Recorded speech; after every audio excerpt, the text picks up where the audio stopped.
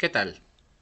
En este video vamos a tratar la historia de Japón, que es un curso de diferentes niveles que está diseñado para el examen de conocimientos acerca de Japón, organizado por el Instituto Tecnológico Autónomo de Meiju ITAM y la Academia Mexicana Tokio Tanaka, Asociación Civil.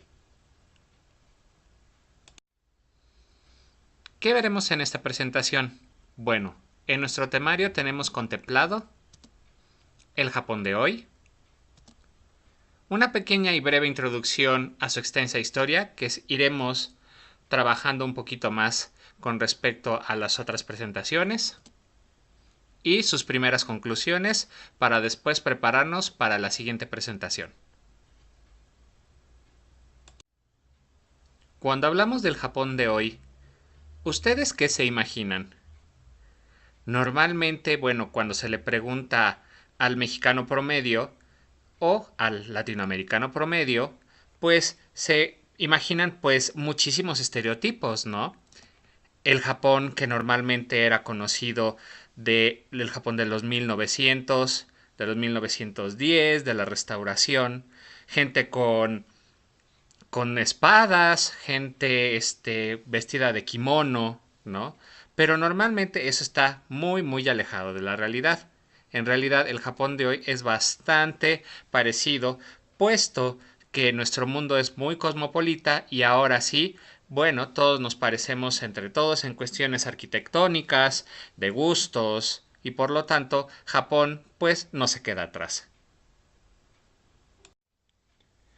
Como occidentales, tenemos dos percepciones principales acerca de Japón. La primera, el Japón de la pre-Segunda Guerra Mundial. Este Japón no es tan conocido por nosotros y tenemos algunas ideas preconcebidas. Lo que es el Japón y su relación simbiótica cultural con China. Obviamente, China era la meca cultural y política de esa época. Después de esa relación que tuvo con China, Japón decidió cerrar sus puertas. Esto por varias razones. Una de las principales razones era su protección en contra del extranjero, principalmente países asiáticos, como Corea y China y Mongolia. Después tenemos el Japón de la posguerra, un Japón que sí conocemos un poquito más, especialmente por el boom económico que éste tuvo y lo que se le llamó el éxito japonés o el milagro japonés, en el cual el Producto Interno Bruto de Japón creció de manera exponencial y generó lo que nosotros conocemos, lo que es la cultura del anime, lo que es la cultura del manga, lo que nosotros conocemos se dio por ese éxito económico que tuvo y lograr tanta influencia pues también cultural con respecto al resto del mundo. Después de eso, existió un pequeño declive que se le conoce como el estallido de la burbuja económica. Después del estallido de la burbuja económica y de los pequeños problemas que tuvieron, que lograron pues superarlos después de cerrar algunas fábricas, algunas empresas, está lo que es el Japón contemporáneo.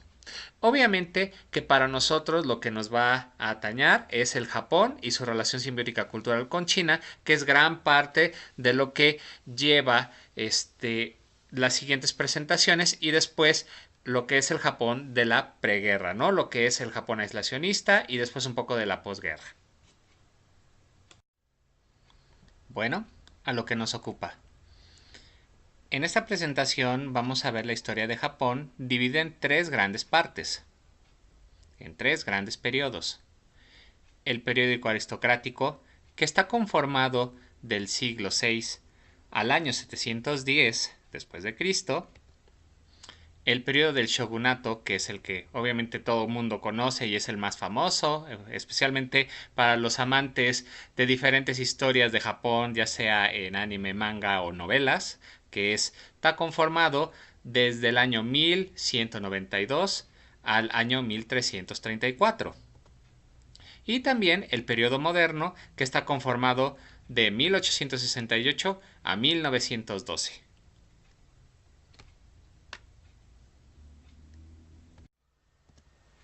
Veamos el periodo aristocrático. Una parte fundamental es la formación del país, claro que sí, entre el cual el emperador juega un papel importante especialmente en la era Yamato. El emperador toma importancia tanto religiosa como política. Después, en la época Nara, se tratan un poco la consolidación del poder y de la distribución de la tierra. Tenemos la asimilación de la cultura china, que es importantísima, por lo que se consolida también lo que es la cultura japonesa. Después de asimilar un poco la cultura china, se forma lo que es propiamente la cultura japonesa. Y también la importancia de la religiosidad en el poder, puesto que, pues sí, al igual que como nosotros lo manejamos en la religión cristiana, bueno, también ella tenía mucho poder. Bueno, también el budismo y lo que es el sintoísmo tuvo mucho poder y mucha influencia con respecto hacia la parte cortesana y después hacia la militarización, que lo veremos con más calma en siguientes presentaciones. Tenemos lo que es el periodo del shogunato. Este periodo que es el más famoso entre los lectores de novelas, manga, anime. ¿Por qué? Porque aquí es donde vienen los samurái. Esas figuras importantes militares que consolidaron el poder dentro de la corte japonesa. Tenemos entre muchas otras partes importantes, ¿no? Porque todas son importantes. Tenemos la era Meiji. La era Meiji es extremadamente importante. ¿Por qué? Porque Japón, por primera vez, se consolida como Estado-nación. Se genera lo que es la Constitución y lo que es todos los estados que forman un solo país. Tenemos ahora el periodo moderno. Uno de los principales eventos del periodo moderno es la Guerra del Pacífico. Se tiene que tener cuidado con no confundir la Guerra del Pacífico con la Segunda Guerra Mundial. Aunque comparten una intersección en el tiempo, no es lo mismo. En la Guerra del Pacífico, varios países asiáticos intentan aumentar su poderío militar y extender su territorio. En este caso, una de las principales razones por las cuales Japón participa en esta guerra es por su necesidad de expansión hacia China. Después de eso, bueno, viene la Segunda Guerra Mundial y aquí sí, bueno, son todos los países de Europa junto con Estados Unidos, en la cual, bueno, vemos los famosísimos acorazados japoneses, lo que es el ataque al Pearl Harbor y bueno, los aviones famosísimos Zero, ¿no? Los kamikaze.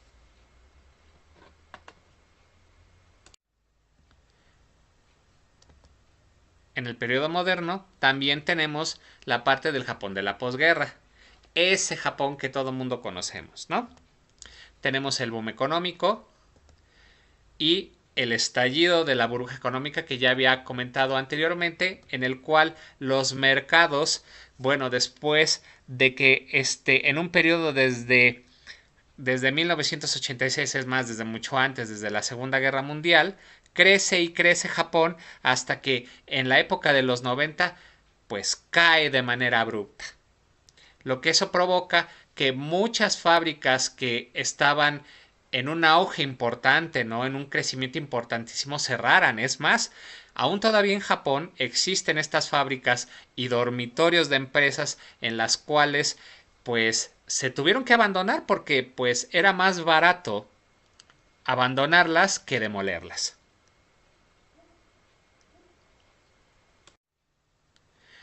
Obviamente que la historia no acaba allí, o sea, no solamente es que terminan las fábricas y cerraron y pues fin de la historia. Obviamente que Japón creció y tenemos el Japón posmoderno, lo que es el Japón que todo mundo conoce y que todo mundo desea visitar. Es el Japón que funde tanto la parte nueva como la parte antigua y de una manera que, bueno, pues como pocos países lo ha logrado. Terminamos esta presentación entonces con las primeras conclusiones. Japón tiene un gran respeto a la institución que constituye el emperador. Se verá a más detalle en las siguientes presentaciones cómo esa figura que es el emperador sigue teniendo esta relevancia, es más, hasta los días actuales.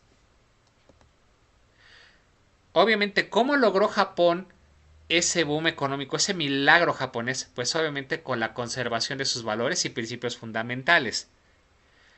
Entre ello, lo que es la fusión positiva entre lo nuevo y lo viejo, que como se había mencionado anteriormente, esta fusión está tan bien lograda que realmente no hay ningún conflicto cultural entre lo nuevo y lo viejo, lo que hace que Japón crezca de una manera extraordinaria y sea lo que es hasta ahora.